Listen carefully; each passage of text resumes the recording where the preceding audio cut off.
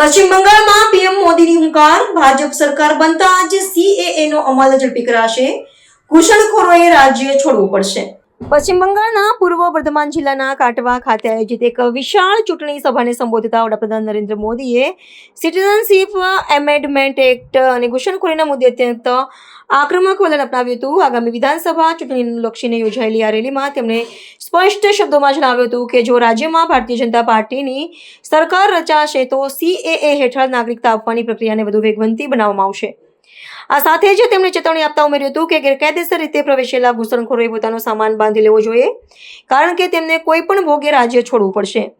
આ સભામાં મટુઆ અને નમશૂદ્ર જેવા શરણાર્થી સમુદાયોને વિશેષ રીતે સંબોધતા વડાપ્રધાને ખાતરી આપી હતી કે આ પરિવારોને ભારતીય બંધારણ હેઠળ સંપૂર્ણ કાનૂની સુરક્ષા પ્રાપ્ત છે અને તેમને કોઈ પક્ષની દયા પર નિર્ભર રહેવાની જરૂર નથી।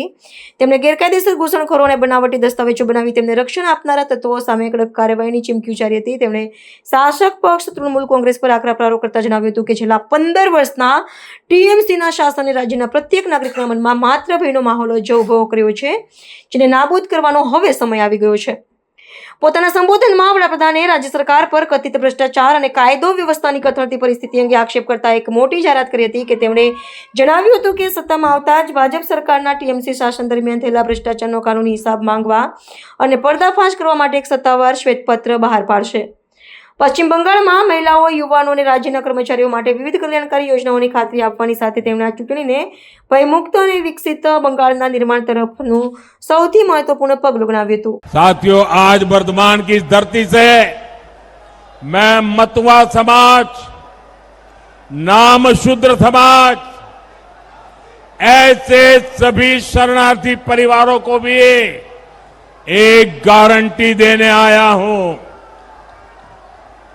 हमारे मतुआ, नामशूद्र और सभी शरणार्थी परिवार ये यहां टीएमसी के किसी नेता की कृपा से नहीं है, आप यहां भारत के संविधान के संरक्षण में है।